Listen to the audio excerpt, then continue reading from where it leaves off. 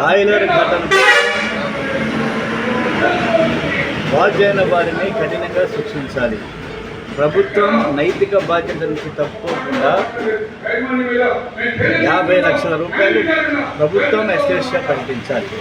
కంపెనీయే కాదు, అలాగే కార్మిక శాఖ మంత్రి తక్షణమే ఇన్వాల్వ్ అయ్యి ఆయన ఫోన్లు ఓపెన్ చేసి ఆయన ప్రజలకు అందుబాటులో ఉండాలనుకున్న కార్మిక మంత్రి వినతి పత్రాన్ని ఇవ్వడానికి కూడా దొరకకపోవడం విచారికరం.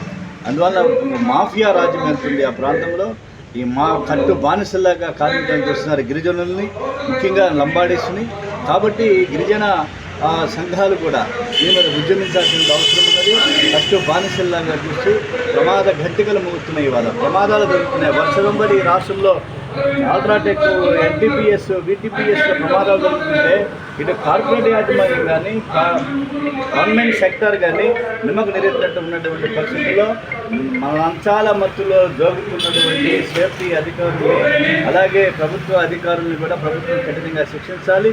ప్రభుత్వం తక్షణమే 50 లక్షల రూపాయలు ఎక్సైజ్ ప్రకటించాలి. వారు కోలుకునేంత వరకు కూడా నెలకు ₹1,00,000 చొప్పున గౌరవ వేతనం ఇవ్వాలని చెప్పి నిజ నిర్ధారణ కమిటీ వేయడం ద్వారా సాధ్యమవుతుందని చెప్పేసి రౌండ్ టేబుల్ సమావేశం విజ్ఞప్తి చేసింది. తక్షణమే నిజ నిర్ధారణ కమిటీ వేయండి, లేదా జ్యుడిషియల్ విచారణ జరపాలని చెప్పేసి జిల్లా కలెక్టర్ని, రాష్ట్ర ప్రభుత్వాన్ని కోరుతాం. త్వరలోనే రాష్ట్ర ముఖ్యమంత్రిని కలుస్తాం, కార్మిక శాఖ మంత్రిని కలుస్తామని చెప్పి ఈ సందర్భంగా తెలియదు.